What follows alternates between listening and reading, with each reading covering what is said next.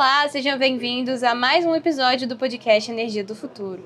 Estamos aqui com a CEO da Speak, Adriana Valtric. Eu agradeço muito a senhora estar aqui com a gente hoje. É a primeira convidada mulher que está conversando com a gente aqui no podcast. Eu agradeço estar representando aí todo o público feminino e as autoridades femininas do setor de energia. Muito obrigada. É uma honra, boa tarde. Um evento como esse é sempre muito importante para a gente debater assuntos estratégicos e o dia a dia das empresas e também das políticas para o setor. Ótimo. Bom, Adriana, primeiro eu queria que você contasse para o nosso público mais ou menos um pouco da atuação da Speak. É uma empresa, um player imenso, é um gigante do setor elétrico global e nacional também. E eu queria que você explicasse um pouco como funciona a empresa, qual a estratégia e por que o Brasil, de que forma o Brasil se encaixa estrategicamente nos investimentos da empresa. Bom, a Speak no mundo é a quinta maior geradora de energia elétrica. Nós temos hoje o tamanho da empresa, é o tamanho elétrico do Brasil, em torno de 230 gigawatt-horas instalados. Olha só. A maior produtora de energia eólica do mundo e a segunda maior produtora de energia solar do mundo. Uhum. É uma empresa que tem 130 mil colaboradores em 46 países. O Brasil é um desses 46 países. Essa é uma empresa, um grupo que cresce 20 gigawatts por ano e a gente gostaria de trazer 10% disso para o Brasil, ou seja, em torno de 2 gigawatts. E temos trabalhado para isso desde 2017, nos últimos 8 anos, nós crescemos 70 vezes. E a nossa estratégia aqui é eminentemente o setor de energias renováveis, temos hidrelétrica, solar, eólica e estamos investindo muito na inovação energética, né? Nas tecnologias de baterias, de smart energy, que são sistemas inteligentes para produção e consumo de energia.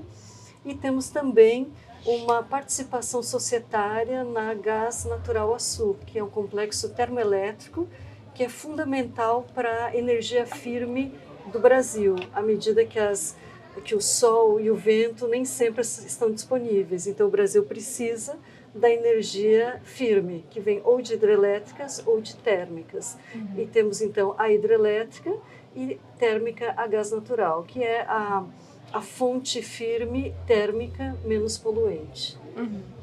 A Speak, ela tem uma grande carteira de investimentos nas mais variadas energias renováveis. E eu queria entender de que modo o Brasil se classifica como um player estratégico nesse cenário.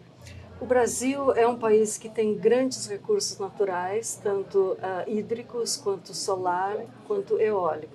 Talvez dos melhores recursos eólicos do mundo, assim como a hidrologia também muito privilegiada e o sol também muito privilegiado, especialmente na região nordeste. Então, isso já torna o Brasil um ambiente focal para o grupo. Mas, aliado a isso, a gente tem uma regulação que é compreendida e é historicamente uma regulação muito estável e muito lógica. Temos desafios atuais, temos revisões a serem feitas, mas o Brasil é considerado, além de ser um mercado crescente, tem recursos abundantes e uma regulação que é bastante estável para os investidores. Em que pese, isso é importante eu trazer esse ponto de atenção, nós temos sim desafios regulatórios agora a serem resolvidos no curto prazo. Uhum. Pois é, eu queria que a senhora contasse um pouco mais da sua avaliação sobre esses desafios que a gente enxerga no setor aqui dentro e principalmente como vencê-los. A gente verifica duas grandes questões que são bastante urgentes. Uma é o curtailment dos geradores, especificamente solar e eólicos. Quando a gente produz 100, muitas vezes está sendo despachado pelo operador nacional do sistema em 60%, 70%, e isso torna toda a previsão do fluxo de caixa comprometida. Curtailment é um assunto do mundo inteiro, a média no mundo é 5%, o Brasil nos últimos 12 meses teve 20% de curtailment. Então você produz 100 e só pode entregar 80 por uma questão conjuntural de escoamento da energia. Bom, então a gente espera que o tema curtailment seja endereçado com regras claras, governança clara e que dê ao operador nacional do sistema as ferramentas para ele operar o sistema com confiabilidade. O outro tema que é muito importante é não termos leilões por atributos das fontes de geração. Então, o operador nacional, em função de todas essas energias intermitentes na matriz energética, só para dar uma ideia, a energia solar já tem 36 gigawatts instalados e vai crescer em torno de 25% esse ano. Isso é um desafio, porque o sol nem sempre brilha e nem sempre se gera essa energia. E o operador precisa de flexibilidade para despachar diferentes fontes com diferentes atributos. Pode ser a flexibilidade, pode ser o controle da frequência, o controle da tensão e assim por diante. Então, o governo começa a estabelecer os primeiros leilões que vão contratar certos atributos. Então, o primeiro leilão que estava marcado, provavelmente ocorra ainda este ano, é para tratar de um certo atributo de potência. Então, a gente começa a ver leilões de energia que não são mais simplesmente por preço e megawatt-hora, mas qual é a energia que eu preciso para atender melhor o sistema e para o sistema funcionar de uma maneira otimizada e não deixando energia sendo jogada fora todos os dias. Sim, sim. A senhora traz esse assunto do curtailment, que são os cortes de geração, e talvez a gente consiga eleger como um dos principais problemas do setor hoje, que, enfim, afeta o mercado de modo geral, inclusive o consumidor final. O Ministério de Minas e Energia montou um grupo de trabalho para poder trabalhar essa questão e debater a melhor solução. Eu queria saber da senhora qual a alternativa mais viável para contornar essa questão no curto prazo e no longo prazo. Perfeito. Nós temos participado de vários grupos de trabalho, são grupos assim bastante ativos e por isso estamos bastante positivos de que teremos solução em breve, porque todos os agentes que têm a possibilidade de contribuir com as soluções estão reunidos, sejam eles públicos ou privados. A principal questão é, a gente colocar sistemas de transmissão que possam escoar a energia produzida em vários pontos do Brasil, especialmente pontos que estão com bastante gargalo na transmissão. A segunda providência é termos regras claras de quando cortar, como cortar, pelo operador nacional do sistema e como demonstrar esses números da operação de uma forma transparente e clara, ou seja, governança setorial. Então, eu acho que são duas as soluções. Uma, mais transmissão, que é onde existe o gargalo, e governança setorial, que demonstra as regras são claras, os métodos de operação são claros e as consequências também. E a conta dentro dessa governança tem que ser paga por quem provoca o curtailment em grande parte. Então, a gente precisa endereçar os participantes do problema como participantes na contribuição para o pagamento da conta, que não seja só enviada para os consumidores. Entendi. Essa é uma solução que também passa por várias questões, mas uma fala muito interessante da senhora: é muito comum que players do mercado entendam que a transferência da conta para o consumidor final seja a solução mais próxima de resolver a situação em menor tempo, né? Como que a senhora acha que deve ser feito esse debate, trazendo o consumidor não somente no assunto do curtailment, mas trazendo o consumidor final para o debate do setor elétrico? O consumidor final ele está muito bem representado por a agências de defesa do consumidor. Então, ele tem sido muito bem representado. E a questão toda é que quando se joga a conta para o consumidor, seja ele industrial, residencial, serviços, acaba que a competitividade do país começa a ficar comprometida. Um produto produzido no Brasil numa conta elétrica muito elevada e desotimizada, certamente vai perder mercado para outro país que tem curtailment mais baixo. Exemplo, no mundo se espera um curtailment de, na média, 5%, e não 20%, como está ocorrendo aqui. Então, isso vai desotimizar a todos nós se a gente simplesmente repassar custos. Então, a gente precisa entender que, ainda que não repasse, os geradores vão aumentar o seu custo na sua próxima megawatt-hora produzido. Sim. Então, no médio prazo, todos nós vamos ser onerados. E isso compromete o futuro do país, o futuro do setor, por certo, e a competitividade do país num mundo com tanta discussão comercial, né, e com tantas questões geopolíticas sendo estabelecidas. É muito interessante a senhora ter tocado nesse assunto da geopolítica. O país, o Brasil, desde o ano passado tem tido presidências importantes. A gente esteve à frente do G20 no ano passado, esse ano do BRICS e da COP30. O que a senhora espera de que forma o Brasil se posicione nesses eventos, tanto internamente quanto para o mundo? Aqui a gente tem uma oportunidade única de mostrar para o mundo que nós já estamos, do ponto de vista energético, onde o mundo quer estar em 2050. Né? 90% da nossa matriz elétrica é renovável. E talvez em torno de 50%, 55% da matriz energética como um todo. Então, a gente já está num lugar que o mundo está correndo atrás para chegar. Então, o que a gente precisa mostrar na COP30 é todo o rol de iniciativas que nós temos para continuar nesse caminho.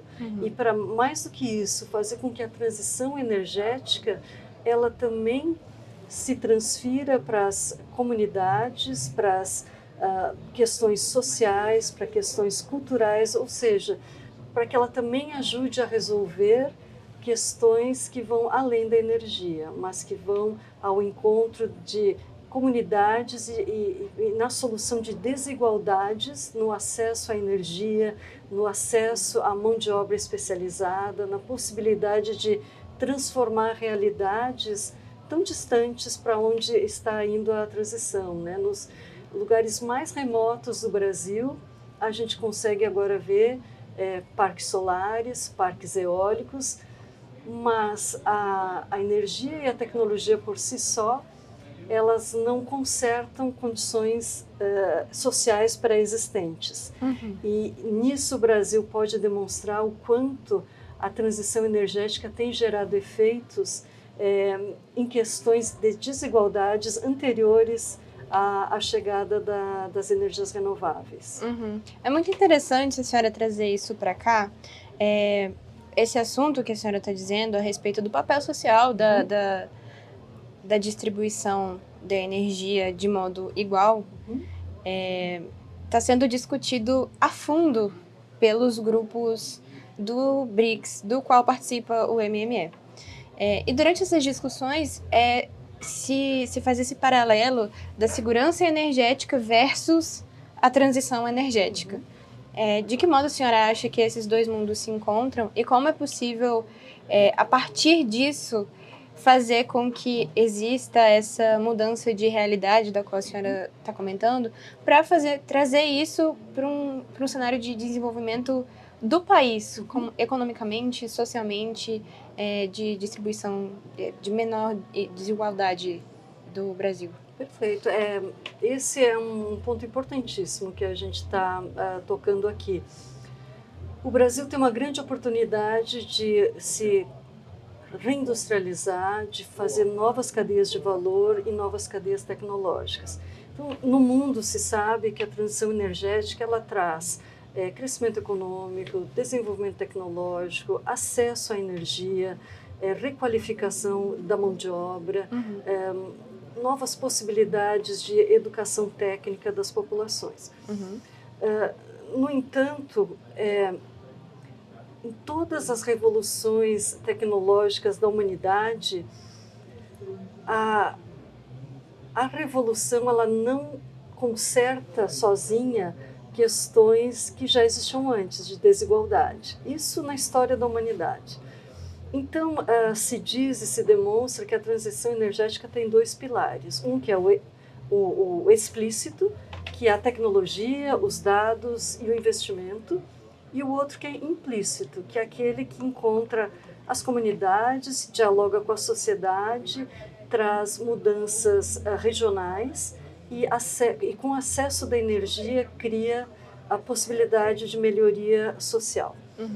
Quando esses dois mundos se encontram, é aí que existe a transição energética completa. Ou seja, a gente cresce não apenas dando rentabilidade para quem investiu, mas dando a oportunidade para comunidades muito distantes. E o que se viu, e a academia aprova isso, é que quando as comunidades estão dialogando e estão entendendo o que o projeto vai causar nas regiões delas, há uma contribuição que torna os próprios projetos melhores, mais eficientes e melhor cuidados e com melhor acesso à mão de obra que se qualifica e que se coloca à disposição da expansão dessa atividade econômica. Então, parece que se a gente prestar atenção para os dois pilares, é muito mais sinérgico, muito mais efetivo e que coloca o Brasil no médio e no longo prazo num lugar melhor. Mas isso requer, sim, decisão política, de políticas públicas, mas que andem de mãos dadas com os investidores. Então, a gente tem que enxergar tanto investidor quanto agentes públicos como órgãos, como agentes de transformação social, cultural, regional. No exemplo da SPIC, a gente vive essa realidade de diálogo e de inserção das comunidades nos nossos projetos desde 2007. A gente implementou já muitos projetos de cidadania, junto com as prefeituras, de saúde pública, de programas de segurança e saúde das populações. Fizemos uma série de programas culturais, uma série de iniciativas de economia doméstica, em que pequeno artesanato vira um comércio, esse comércio se expande e exporta para outros estados, né? Isso tem acontecido. Criamos até grupos culturais que já ultrapassaram estados e já são conhecidos pelo Brasil inteiro. Na hidrelétrica de São Simão, por exemplo, temos um projeto que educamos 12 mil crianças na educação digital. Isso em questão de 3 anos. E o mais interessante é que agora a gente pensava em educar as crianças e prepará-las para o futuro. Os adultos estão nos pedindo, os pais estão nos pedindo para eles também poderem fazer esse tipo de curso. Então, aí a gente vê um elo que fica muito difícil de ser desafiado, porque é um elo muito forte em que a gente pensa junto o futuro de uma região inteira e sempre de mãos dadas com o poder público. Então, acho que isso catalisa o setor e as regiões, e aí forma aqueles dois pilares da transição energética completa, né? É muito bacana o projeto que vocês estão conduzindo e a força motora do setor elétrico alcançando a todos, não só no serviço da fornecimento de energia. Muito interessante. Uma força transformadora que a gente precisa ter a consciência de quanto ela pode realizar se a gente ousar fazer bem feito, ousar fazer um pouco mais, reservar um percentual da receita para certos projetos que, por si só, sinergizam com o próprio empreendimento. Eu acho a sua pontuação muito valiosa, porque às vezes, alguns, por falta de conhecimento mesmo, podem entender que a presença de uma empresa externa no país pode significar uma ameaça, muito pelo contrário, as empresas estão aqui porque elas enxergam potencial no país, não só potencial econômico, mas também trazem essa coisa do propósito dentro daquele contexto, daquela empresa, e começa a desenvolver toda uma região, uma comunidade. Isso é interessante e riquíssimo para nós brasileiros. E a gente tem que ter regras claras, estratégias setoriais claras, e quem quiser vir investir aqui tem que ter portas abertas, porque Sim. se atuar dentro das regras e dentro do plano do país, a gente precisa de investimento do mundo todo, e tecnologia, né? Então, é isso que vai nos levar para o futuro, um futuro melhor, um futuro inclusivo, e um futuro de acesso à energia que transforma. Muito bacana, energia que transforma, Não é? É isso. Bom, a senhora como representante de uma super empresa de energia, eu queria que a senhora comentasse um pouco sobre a importância de eventos como o Fórum de Líderes em Energia para o debate das principais questões do setor. Este fórum ele é de fundamental importância para a gente discutir o futuro e resolver as questões do presente que são emergentes. E discutir isso com um grupo de pessoas que realmente pode influenciar nas soluções, sejam vindo elas do mundo privado ou do mundo público, né, governamental. Então, aqui a gente enxerga a participação das agências do governo, a gente vê a participação de todos os stakeholders privados, bancos, empresas, empreendedores, de todos os tamanhos. A gente enxerga líderes que já estiveram nas empresas e continuam influenciando o setor, líderes atuais e provavelmente os futuros líderes, a turma mais jovem que olha e começa já a endereçar e a entender o quão complexo e ao mesmo tempo o quão fascinante é esse setor.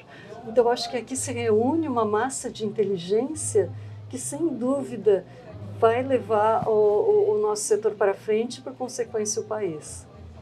É isso, eu queria agradecer a senhora pela presença aqui, muito bacana a sua contribuição. Muito obrigada. E agradecer também a presença da nossa primeira convidada feminina aqui. A senhora está representando toda uma comunidade, isso é muito bacana.